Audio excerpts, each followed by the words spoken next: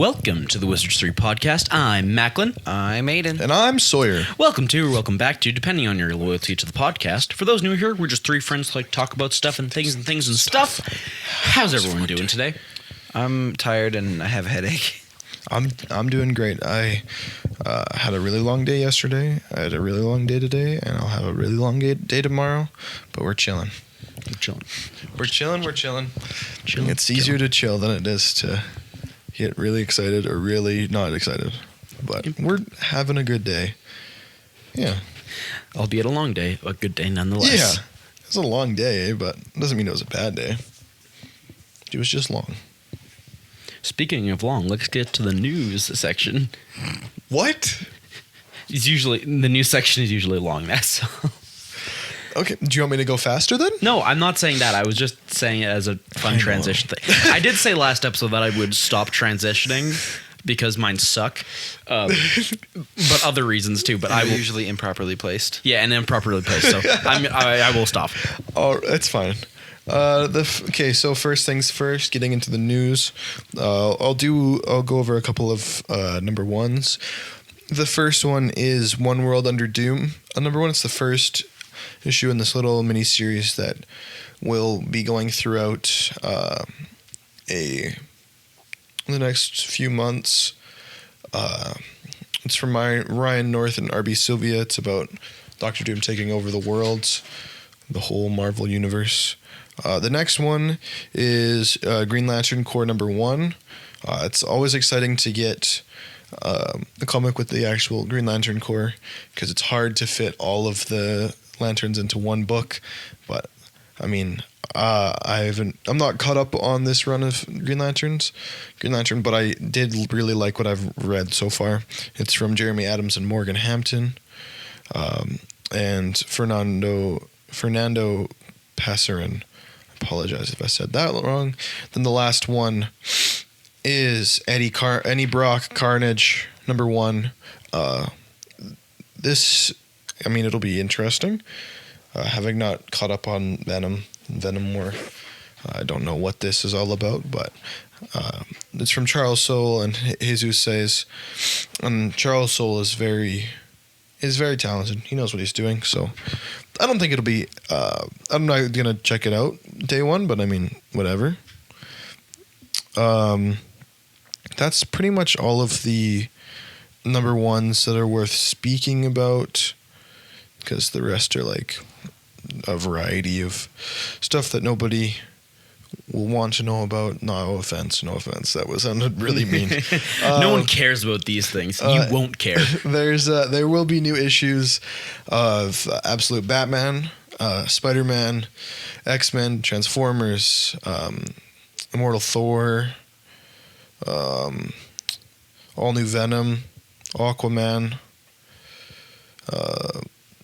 the new Captain America, Sam Wilson. So it's going to be a pretty good. I lied. There actually is another number one. Sorry, it's a new Image comic series from Jason Aaron and Mahab Assar. It's called Bug Wars. It's about a small child who goes into a world of warring bugs, and so he's literally really small, but I mean it looks really fun. But anyways, that's all for comic book news. If we go into actual news, the first thing is that the first little teaser trailer and poster was released for the new Final Destination Bloodlines. It looks really sick. It's if you want to see it, go watch the teaser. That doesn't have any. There's no indication of what the movie is actually about. It just has one of the things, the deaths that death causes.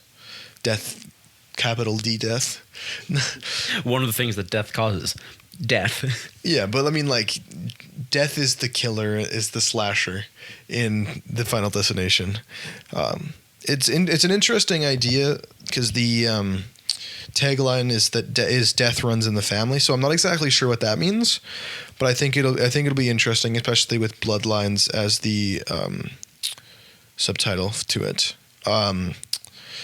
Next bit of news is that Zac Efron and Will Ferrell are going to star in an untitled comedy film directed by Nicholas Stoller, who just released You're Cordially Invited and also made, what's it called? Forgetting Sarah Marshall, I think. Neighbors. The film follows a young convict fresh out of prison who takes a reality TV judge hostage, blaming him for ruining his life.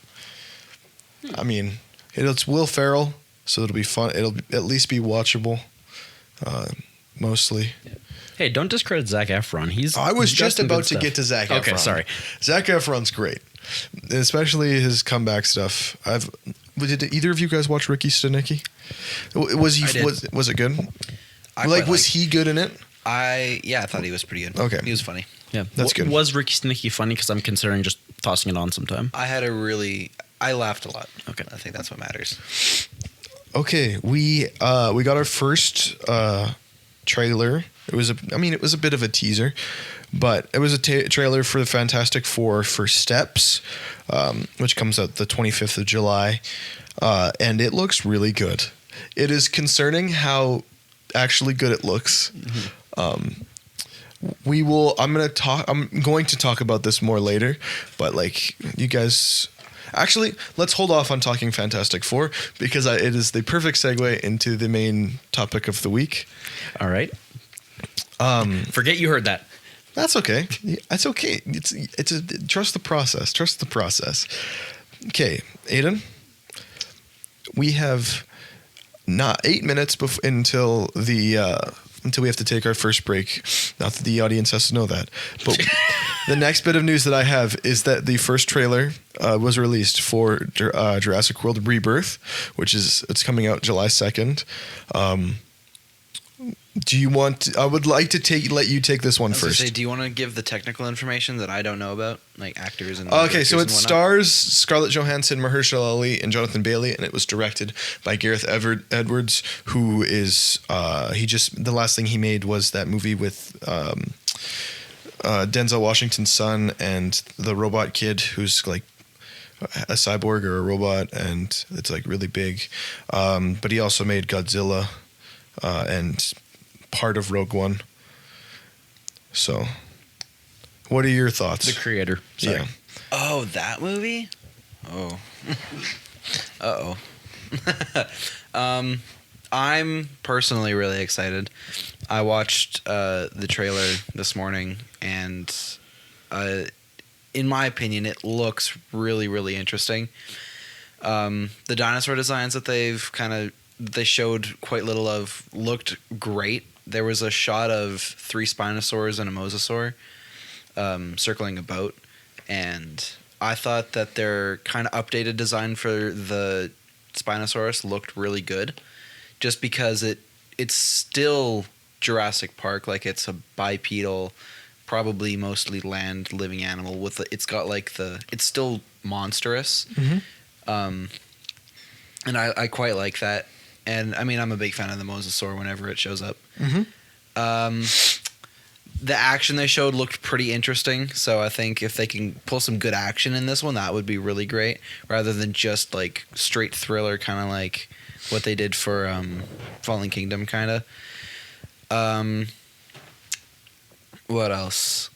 There was a Titanosaur in one of the opening shots when they're in like a large field. There's like a tail that kind of rises out of the grass, and it pans like up to this big long neck dinosaur. Was their tail actually that long, or is that Yeah. Really? Yeah, Oh my god. they're really, really long. It's a dinosaur. I don't think that specific one, but some had like just in length were the longest animals on the planet, and are still technically are till this day. But they're not the heaviest, which is what the blue whale is. So that's why it's the biggest. Gotcha.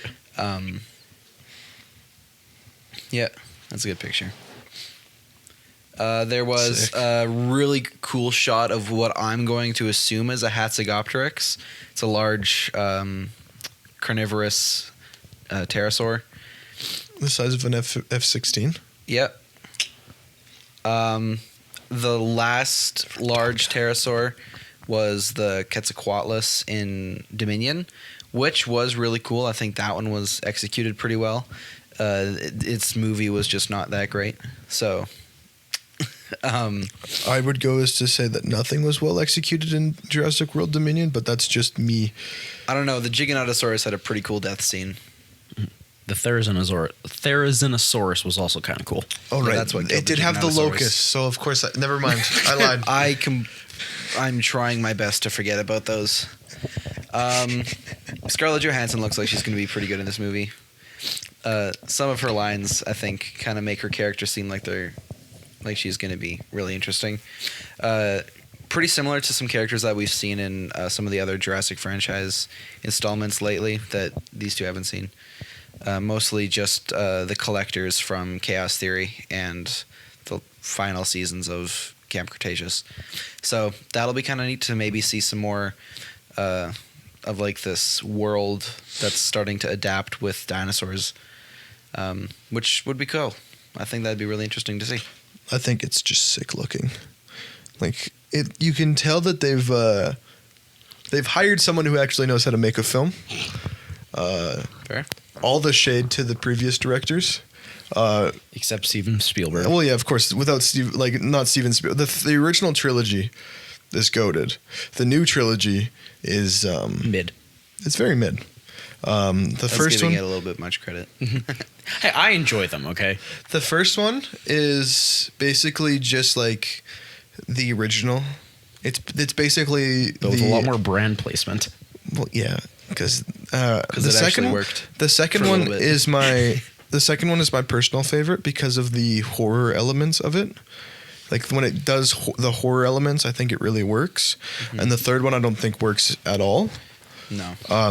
But this one actually looks like really interesting. I don't have any interest in dinosaurs, but I do have an interest in movies that star Mahershala Ali. He's super talented. He looks like he's having a blast. And Scarlett Johansson is always good. Jonathan Bailey, star of Wicked, is in it. Kind of with this one hopefully leaning more into the horror kind of direction. I'm really excited to see the new hybrid that they've kind of concocted for this film, Which is described as a combination, in design at least, of the Rancor from Star Wars, the Xenomorph from the Aliens franchise, and just T-Rexes. Yep. Which I think looks really scary, like in a very interesting way. It'll be. I think that the most interesting aspect of this film is going to be the mutants of the film, because this does take place. I don't know if there will be a lot. I hope so, because I mean it takes place on the testing ground for the original Jurassic Park. The biggest mutants, Which at is least cool. that we've seen within the main franchise, have been on Isla Sorna or Isla Nublar, and this should be taking place on Isla Sorna, which is Site B. So, Okay.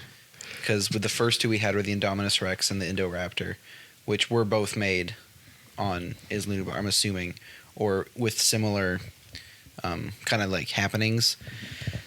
And technically then- there was 2 Indominus Rexes. Yeah. And lastly, there was the Scorpius Rex, which was seen on Isla Nublar in the, I think, kind of this middle seasons of Chaos Theory.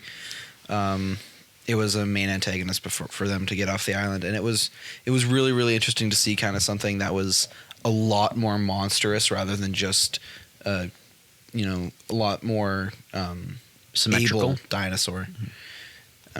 Symmetrical. Well, like I've seen the Scorpius Rex's design, and like the Indominus and Indoraptor, they have like symmetry in their design. They're like even snouted, whereas the Scorpius Rex has like They're got like a smushed poetry. face. It rhymes. The Scorpius Rex got more like a It's smushed symmetrical. It's just different. Okay. Its smushed face doesn't make it Do you know what symmetry is? Face. I do know what symmetry is. Respectfully, doesn't sound like it.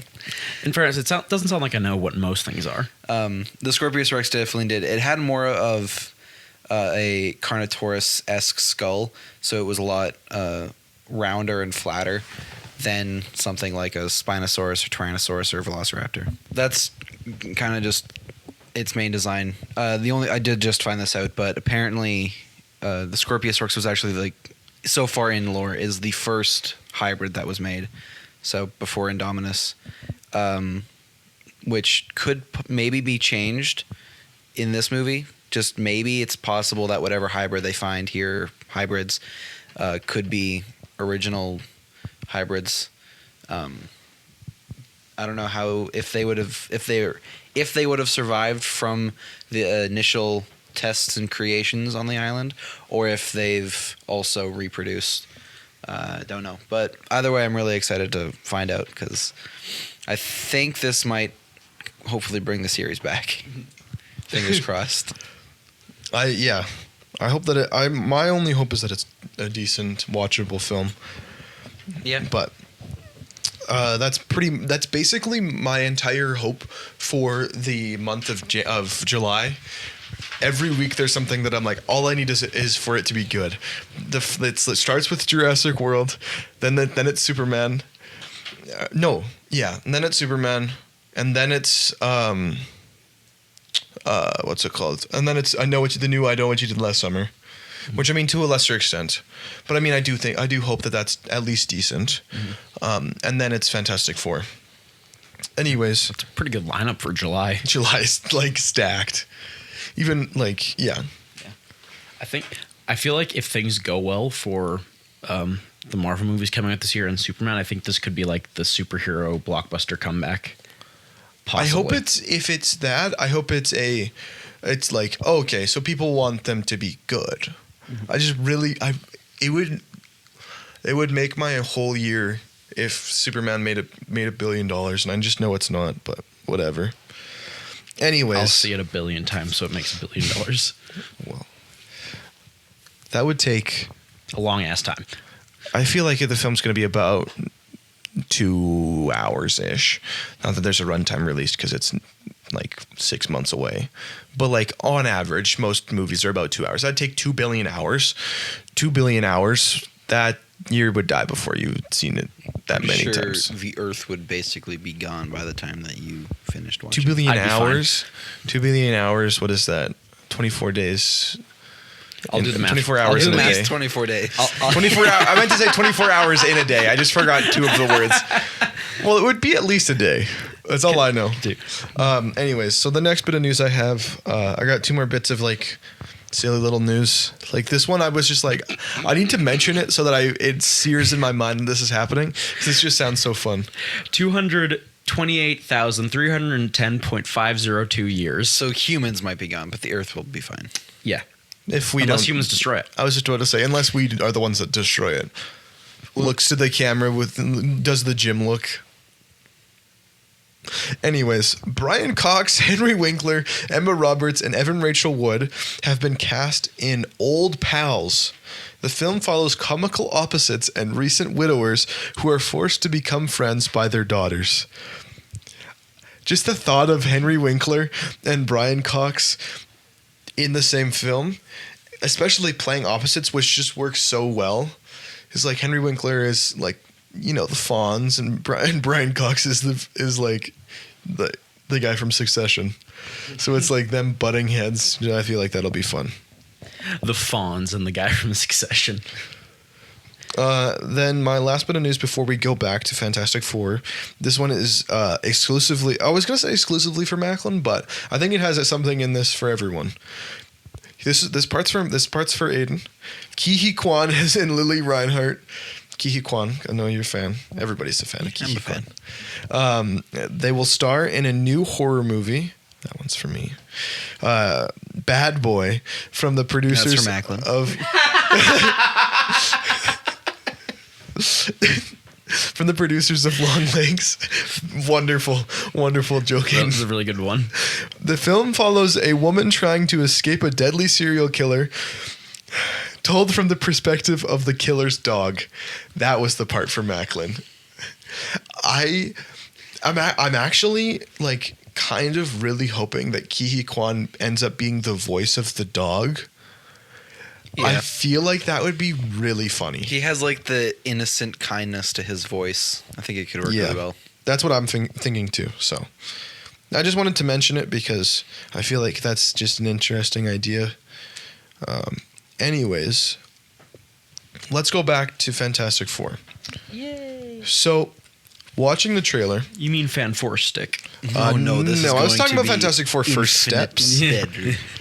Infinite bitter. So this is the Matt Shackman is the director behind it. First things first, the film looks good. It looks absolutely spectacular. Like, I'm not even talking about like what like the actual vibe of it. Like, it looks good. Like even just like the really simple set designs look amazing. It's I think like the production design looks impeccable. Like the retrofuturism of the 60s within it looks really, really awesome. And just the fact that it boggles my mind that it looks this good, and I'm just really scared of the fact that what I'm assuming is their Doctor Doom. I don't know if this is confirmed or not. Is Robert Downey Jr., which I hate so much. RDJ as Doctor Doom is so annoying, so stupid. Let it be known. That is my thoughts on it. But anyways, we don't see Pedro Pascal as Reed, his stretching abilities. Let's just hope it's not a Miss Marvel situation. It's hard like constructs. We barely see Johnny's fire. Like, we don't see a close up of it. He does go by, like and it looks really, really cool. Mm-hmm. Like the shot of him flying up into the atmosphere to where it like extinguishes him, like the flames, and then he'll come back down is like really, really interesting. But we do see Vanessa Kirby, who plays Sue, her light refraction powers, turning her into the Invisible Woman. And I thought the way that it was used is just so gorgeous. Like the way that the light like refracts against her powers is just really, really cool. Yeah. Like there was a shot in the trailer with Johnny when he like hops off the balcony and he says flame on and he starts flying. You can see the dirt on the camera. That was a cool little detail I saw. Mm-hmm. Okay.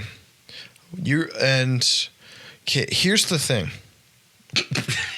He's right here. If I had a nickel for every time I heard that joke, I could buy a ticket to watch Fantastic Four. And if I really like that joke. To be honest, that wasn't on purpose. That was completely like not on purpose. I was literally just using that as a way to get into talking about the thing. And then I was like, oh, wait a second.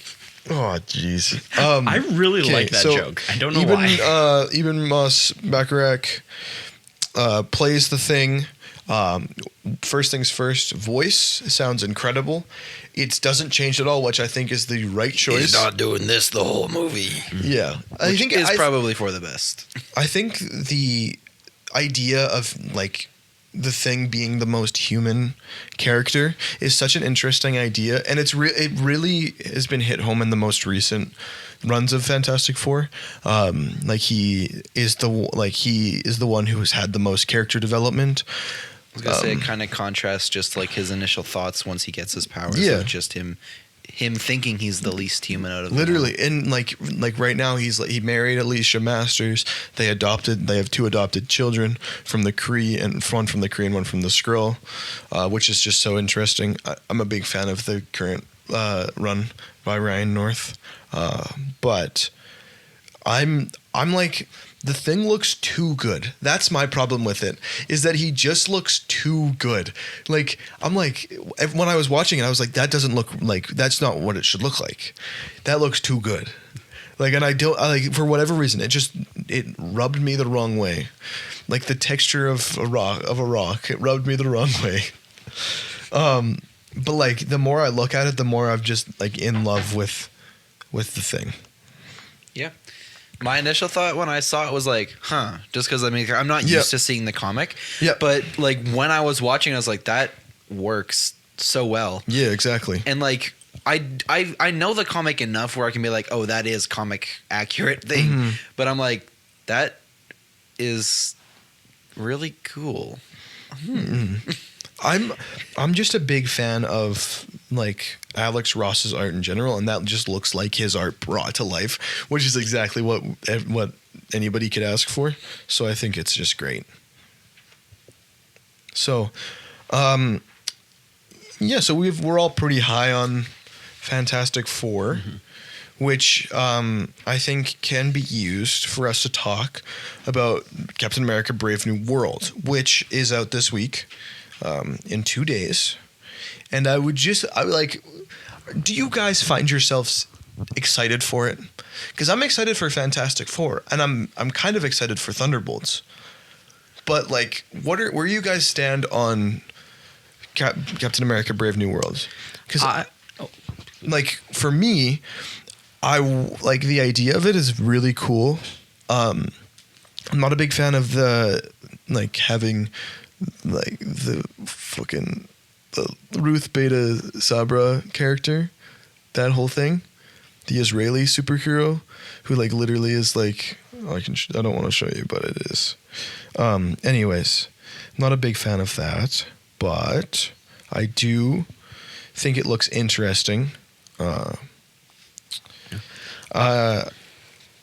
the thing is that not the thing from the Fantastic Four.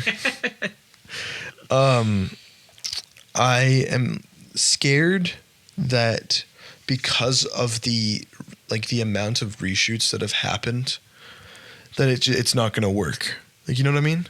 Mm-hmm. Like, there were so many reshoots for this movie. Like, I'm like, what the hell is wrong with it? Like, that's not normal. You there's usually like one round of reshoots for like a big budget movie because they missed something or they need some sort of other thing. But like this one had like multiple like huge reshoots, and I'm like, what the hell is happening? Yeah. Mm-hmm. Do you want to go first or give your thoughts? I don't really know how to feel about this movie. I like Captain America. I like Falcon. Captain America. I think the design is cool. I think Red Hulk, I don't know really anything about a lot of Marvel characters, and Red Hulk is definitely one of those characters that I don't know anything about. He's like Hulk, but when he gets angry, he doesn't get stronger, he gets hotter. Like heat. Like he produces heat when he gets angry. Because he's red. That could be cool, I guess. I don't know. I think half of kind of like what I'm thinking is like I'm probably gonna watch it, maybe, I don't really know, but from the trailers it doesn't really look like they're showing us anything like new. Like realistically, like I think it's probably gonna be like a really simple story and it might not be that interesting, and I don't know, I think their current weakness is just the fact that they're trying to tie everything together too often. I don't really have a lot of thoughts about it other than that. I agree with you, Sawyer. I'm excited for Fantastic Four. I'm excited for Thunderbolt as well. This one, I'm more intrigued by it. The trailers and stuff make it look, I agree, kind of basic, but there's like the one shot of him flying down super fast and landing on the ground. Then wait a second, then the sound wave follows him and it lands and knocks everyone off. I thought that was really cool, and I think it looks like it's gonna be dynamic, and I have hope because I do want to see it out of morbid curiosity. So I'm likely going to watch it in theaters just to see how it is, and at the very least, I think it's going to be watchable, and it's going to be fun if it's not fantastic. But yeah, I'm cautiously optimistic for Captain America: Brave New World. The trailers seem to be like they play like a lot before movies, and it's Oh getting my me. god, every single movie. I don't need to see this trailer 18,000 times. Yeah, that's kind of my biggest thing is I don't remember what I was saying. Lost your train of thought. Yep. I do agree with your earlier comment though of them trying to tie it in with a bunch of things is a big problem.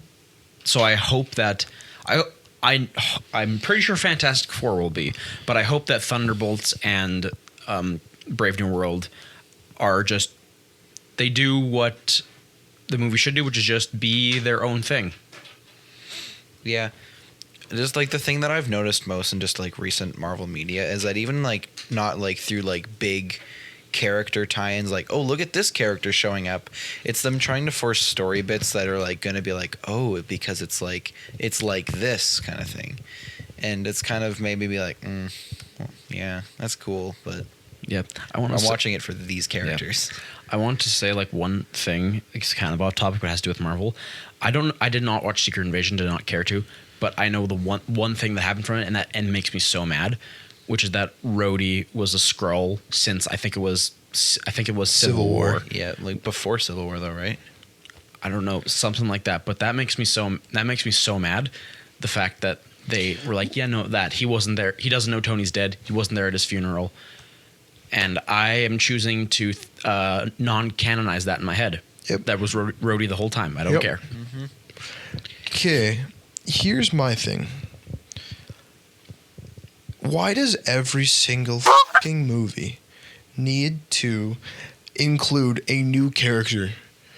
Like, think. Okay, let me just 2 seconds here. Okay. Like, okay. So, since Endgame, like, just in the end, like, the only, like, Shang-Chi didn't, but, like, Black Widow and it, like, introduced the Red Guardian and Yelena, Hawkeye And Taskmaster. right? Half of the like, it's like so annoying, like, okay, like, why in the world was like in what's it called, Love and Thunder, it ends with fucking Hercules? Like, dude, I don't care. Yeah. Dude, I so wish there's a deleted scene on YouTube for Thor: Love and Thunder, and I highly recommend if you haven't watched it, check it out because the scene in that changes like the whole movie, and the movie would have been so much better if that scene was kept in.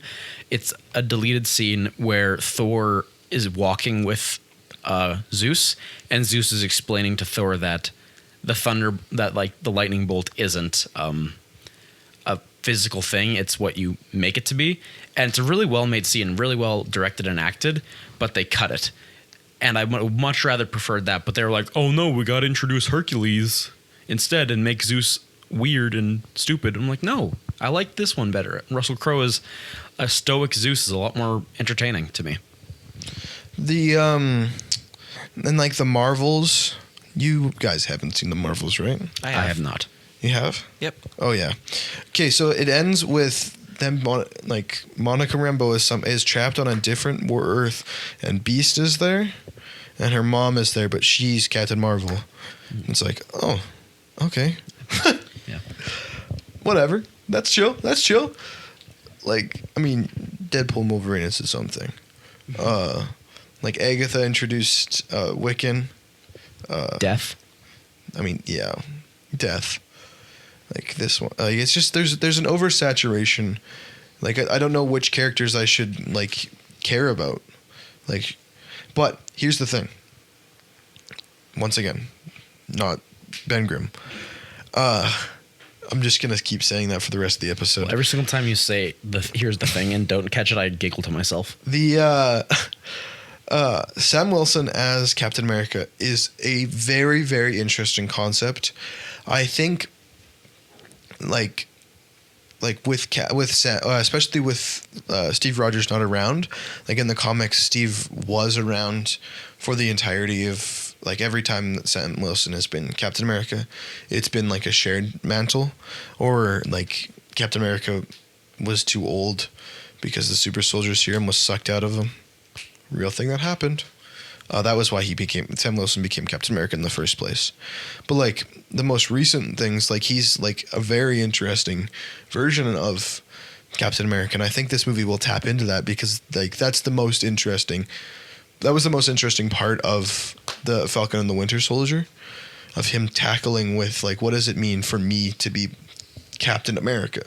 Like that's a lot of pressure, but I have a feeling that the movie is going to devolve into a comic book fight scene at the end, like Red Hulk and Captain America. But yeah, I don't really know. I'm not like super excited for it, but I mean, the state of superhero movies is that if we want them to keep going, we need something great to happen. And I, being completely honest, I don't think this is going to be it. I think it will have to wait until July for that. Yeah, I completely agree. Like, I think between Fantastic Four and Superman, I think that'll be the resurgence, if there is a resurgence. I hope that those two are the reason for the resurgence. Especially Superman. Mm-hmm. Superman, please be good. Please. So that's pretty much all we need. Like that's pretty much it for like superhero stuff. Another thing releasing this week is Paddington in Peru. Paddington is a beloved bear who likes marmalade, but the problem is that neither Macklin nor I have seen both of them. I watched the first one. I have seen none. A long time ago. I have never seen the second one. So I will give Aiden this time to tell us. So this is a new segment that is not going to be a recurring thing. This is going to be a one-time segment. It's called Aiden's Paddington Corner. And now you have to tell us why we should watch Paddington. The Paddington movies, like the first two. Don't worry about Paddington in Peru because nobody's seen it. There's something about both Paddington movies that is really great. It's this joyful innocence of Paddington himself being thrust into these like really dark situations sometimes. The first movie, he's literally being hunted, so they have to keep him alive and like defeat the hunter. Mm-hmm. And it's really fun because I mean all actors really give it their all. They're, the comedy in it's just always firing. It's, if you're not laughing, you're in awe, and if it's not that, there's always something to hold your attention. Mm-hmm. I think Paddington himself is a hilarious character. Right. I think the best scenes in the movies are him specifically interacting with like another character that's like a complete opposite to him, right, in some way, and they're just a really, really, really good time. Mm-hmm. The second one was absolutely amazing. It's easily the best. Right. Hopefully, Paddington 3 is better, which will be hard to do. No, it was really, really nice just to kind of see, his outlook on life, the way that he, kind of tackles all his situations, and it's a admirable, character really, and yeah, he gets sent to prison. For reasons that I can't exactly remember because it has been a couple years since I watched the movie, unfortunately. That's okay. You can't find it anywhere on streaming, and it's so frustrating. But apparently it's streaming on Netflix in like New Zealand, so book your flights. No, anyone got a VP? Hey, they're $2. Yeah. But yeah, they're really wholesome movies. I think Paddington 3 is going to be great. I think he's supposed to be finding his aunt, who is like basically his surrogate mother, and she's always a really fun character too. Other than that, I don't really have a lot more to say. No problem. I think that's great. That's pretty much all that needs to be said. I have one question though. I know I've asked you this before, because marmalade sandwiches look really good in that movie, and I know you don't like marmalade, but that's just personal preference. But like, you've tried it? What does it taste like? Orange. Just orange? It's oranges. Okay. It's just my mom's a big fan of marmalade. Mm-hmm. Yeah, it's just orange jam, but from my knowledge, they use like the whole orange. Okay. That's pretty good. I have no idea what it is. I probably wouldn't like it if it's the whole orange then. Yeah. Wow. Well, I think we can move into the content we've consumed. Yeah. Well, we move into the content we've consumed right now. I can go first if you guys like. No. So Yes. the You content can go that first. I consumed recently is a little pretty niche video game made by a pretty small company on a really unknown platform. It's called Horizon Zero Dawn.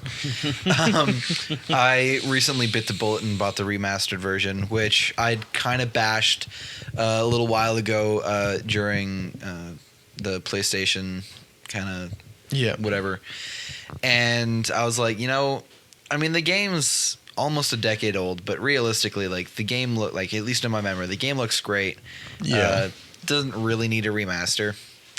I Don't tell PlayStation. Started playing it the other day, streaming it. Check it out, twitch.tv/TheWizards3 Gaming. And I have to admit, it was worth $15 severely. Everything looks absolutely fantastic. You can see stitches in the clothing, which is amazing. They did a lot of extra face capture for the entire game, so characters talking doesn't really fall into the uncanny valley anymore, because before you'd have a conversation with someone and for like half of the conversation their mouth would just go ah but they'd be like, yeah, I was down by the river and like but no, other than that, it's such a great game, and I am really glad that they kind of updated it a little bit. It's on par now with the sequel. They've added all sorts of stuff, like, because the remasters for PS5, so they've added the controller abilities, like the adaptive triggers and the haptic feedback, higher settings, that kind of thing. But other than that, it's really, really great. I love the story, and I'm glad that it feels fresh again, which I really, really appreciate. Nice. Cool. I still think they should have remastered Bloodborne, even though I can't play it and I really want to. Probably wouldn't be that bad. It also hasn't had a huge impact in past years as much as Horizon has. So it does make sense why they chose that one.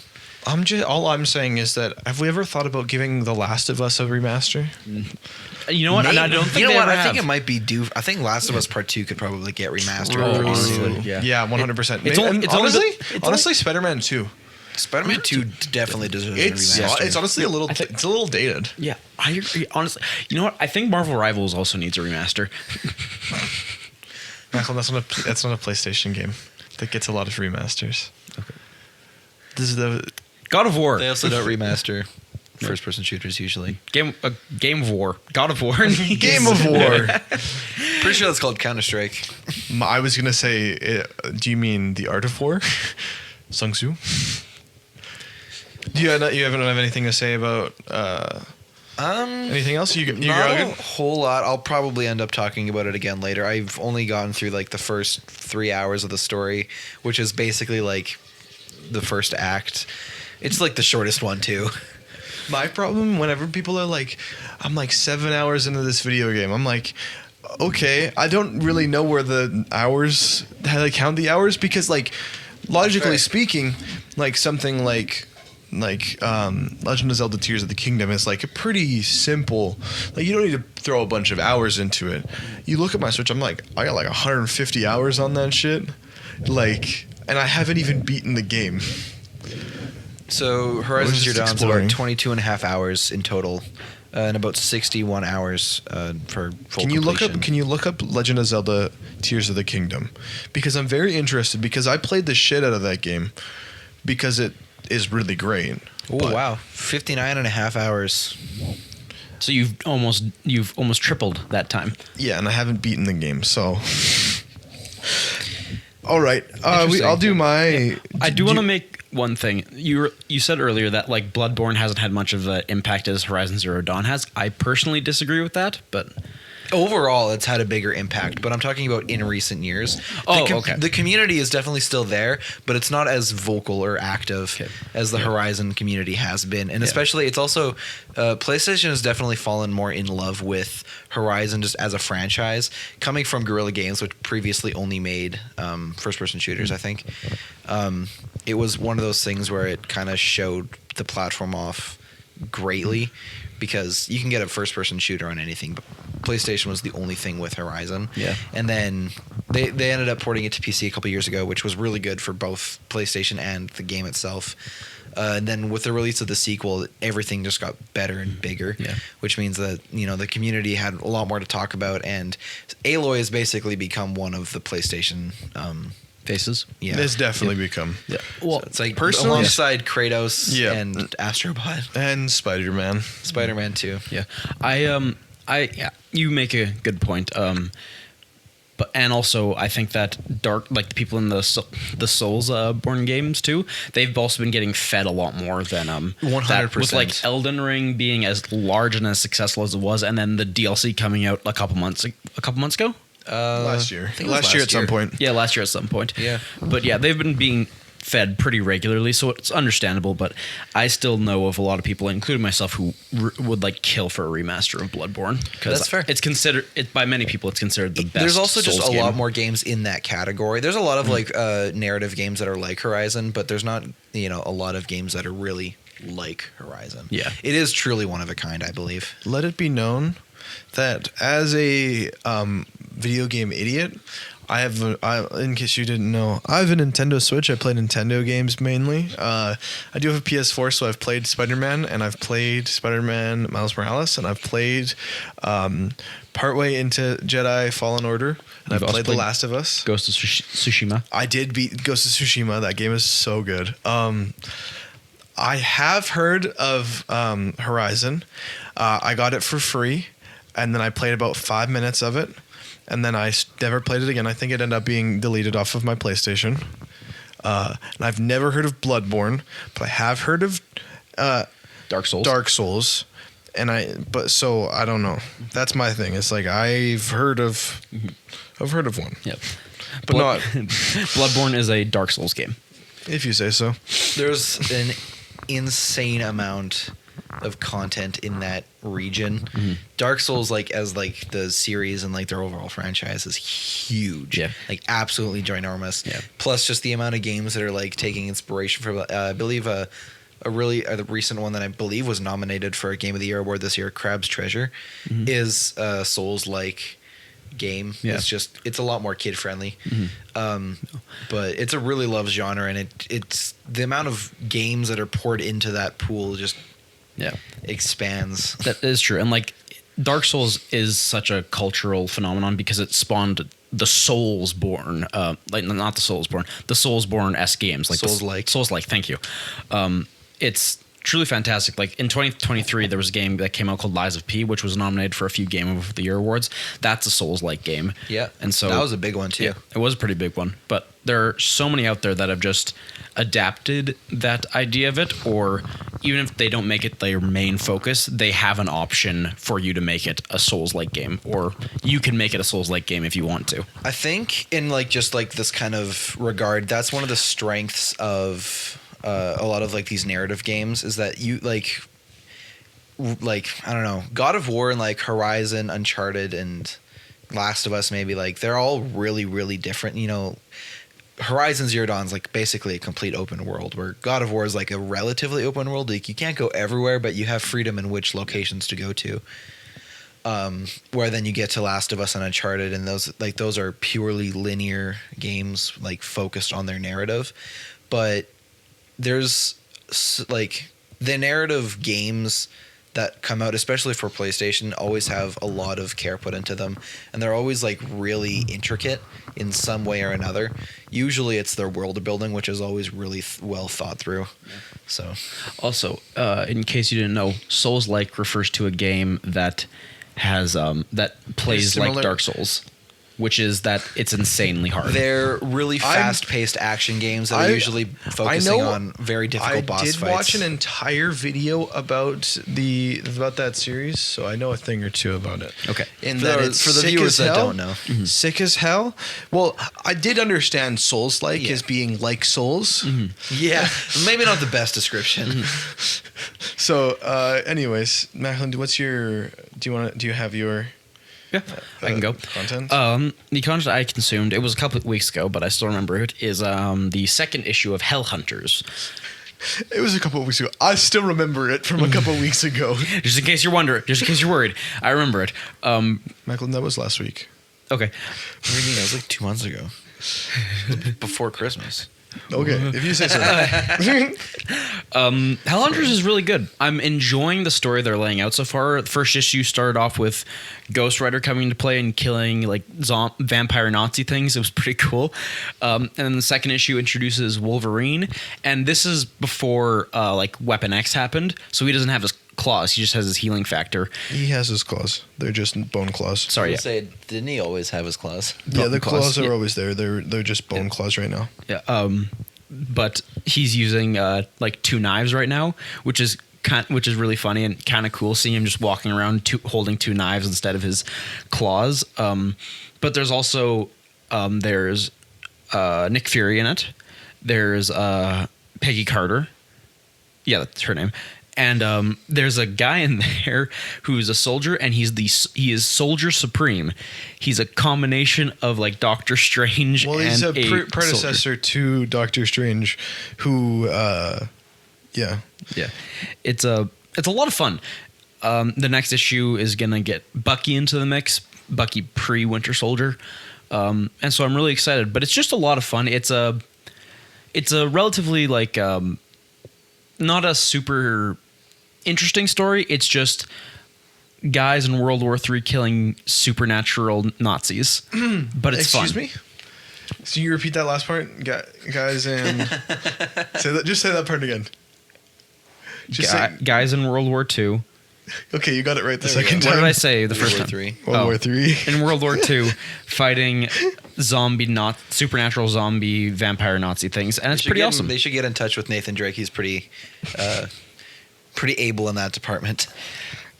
Hellhunters is really good. You should read it. Sawyer, go.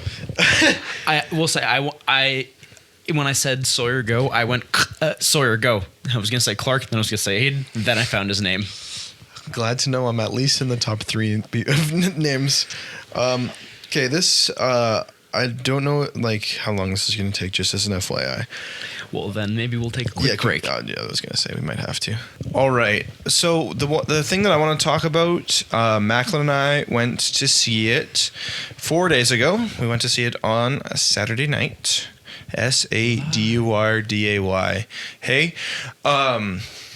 So what we went and saw was The Brutalist, which is Brady Corbet's newest epic. I mean, there's no other way to say it. Starring Adrian Brody as a very gifted architect named Laszlo Toth, who comes to America and spends a multitude of years trying to survive pretty much. He works for his cousin, and then he works other ways, and then eventually he is found by Guy Pearce as Harrison Lee Van Buren, who is incredible, like so good, and they have a tumultuous partnership where Harrison gets Laszlo to basically build a community center, and Laszlo's trying to get his wife to come to America, and his wife and niece, and then it is a film that spans many years and many hours. It's a 3.5 hour long movie with a 15-minute intermission in the middle.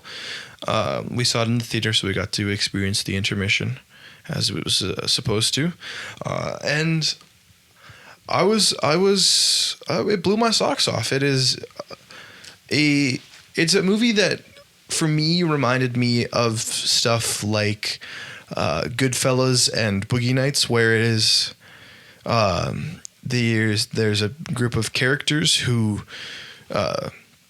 go through the ups and downs of life throughout a long time.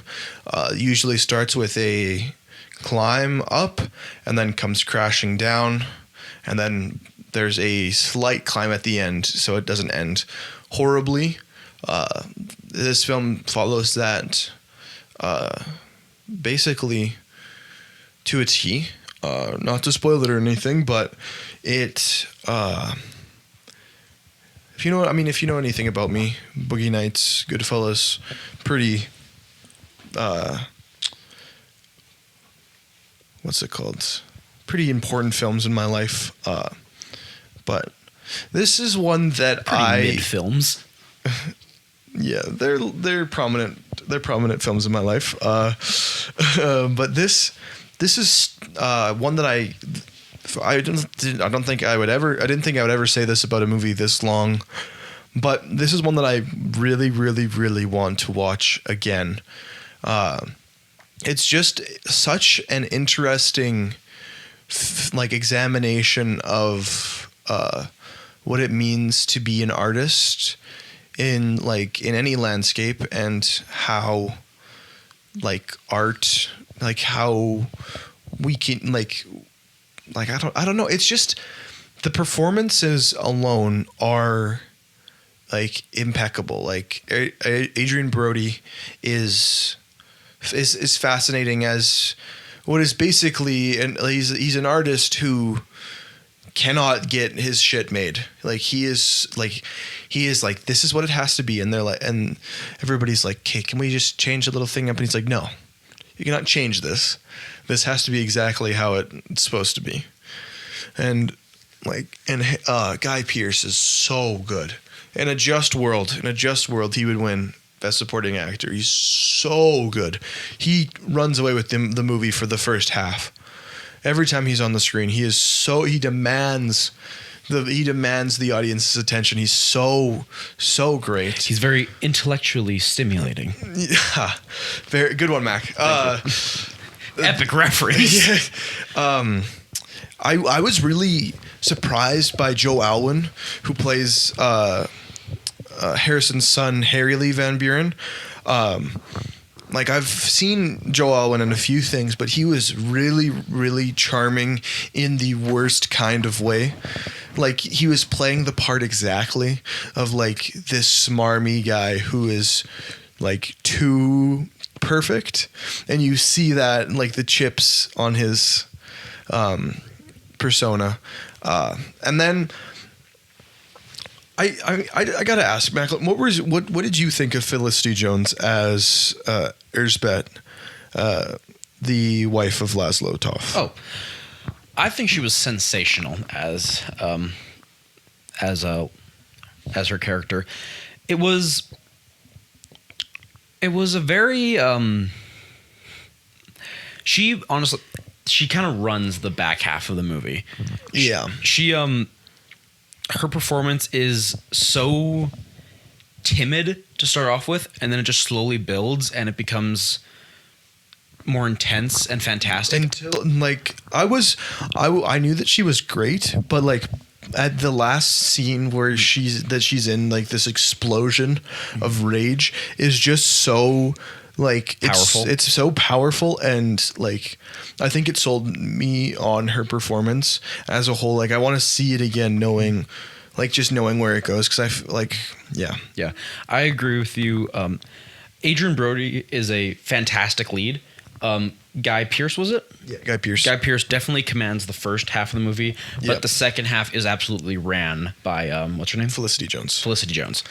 One of the standouts in the movie for me was Isaac Bancoli.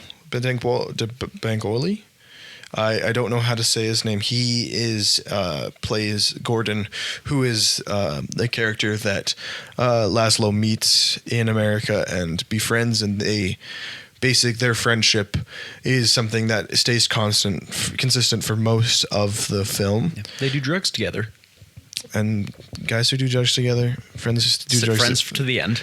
But it's I don't want to speak on it too much. I don't want to talk about the ending, although I do think the ending is fascinating. That's one of the reasons that I want to watch it again, having seen the ending. But this is one that I'm definitely going to watch a few times. Right now I have I've plans to watch it 3 times before March, because the Oscars are March 2nd, and I'd like to watch it for that because we're doing that again. Or if you would like to watch all the. Is it been nominated for Best Picture? Oh yeah. All right. I guess I'm game. Hey, you could not watch it. We didn't watch Maestro last year. We get one free one not to watch. I'm probably going to be Emilia Perez, but Nah, I'm not going to let myself sit through Emilia Perez on my own. You guys can skip one. I have to do it all just for love of the game, and I will not allow myself to sit through Emilia Perez on my own again, because that is fucking torture. What was that one?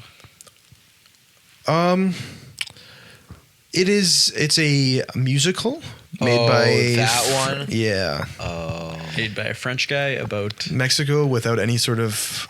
Anyways, Why did it get nominated for an Oscar? no, not one. 13. Why? 13 Oscars. Why? Isn't that how many Oppenheimer got? Yeah, Why? I told you that when I told you that it got nominated. Yeah, but oh my god. Not that I'm a movie Anyways. guy, but that sounds like one of the dumbest things I've ever heard.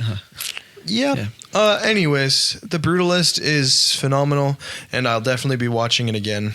The last thing I'll say, the film's shot in VistaVision, which is it's 70 millimeter, a special version of 70 millimeter, and even not like it would be a dream to see this in actual 70 millimeter with the canisters and everything like that.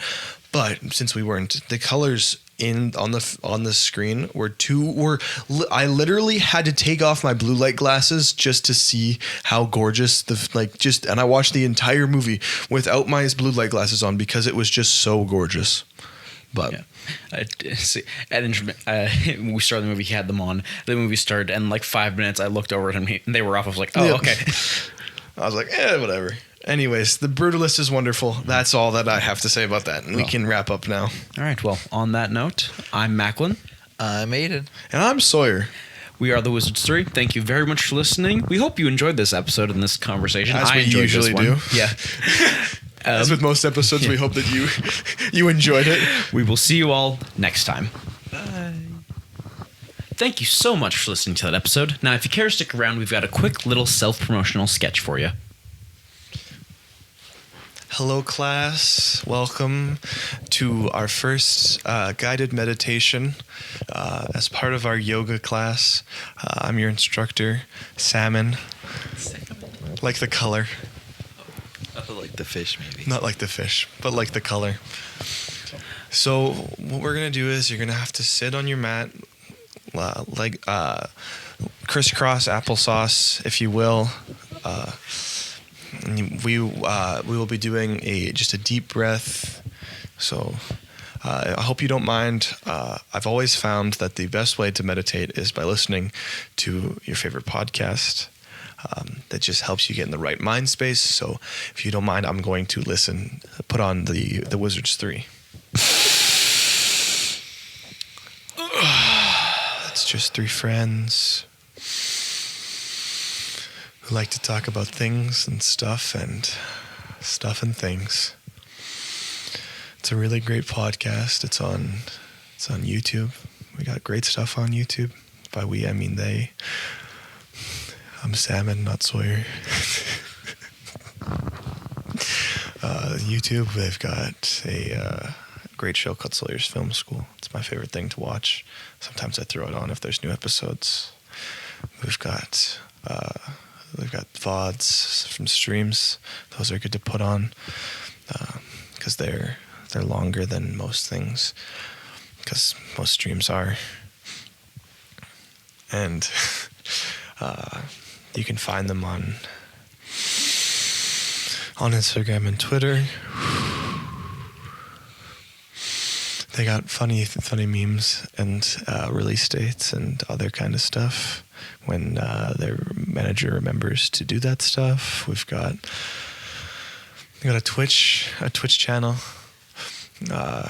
where we twitch.tv/thewizards3 gaming. They do some really cool streaming, I think. Usually watch the VODs and that's it. We're currently working our way through Horizon, and by we, I mean they. Once again, not Sawyer. I'm Salmon, your yoga instructor. Just let one last breath in and out, and just think about the wonderful link tree in the description of this episode and how wonderful it would be to click on it. And then breathe in and out. And if autoplay is on, I really hope that our podcast is next.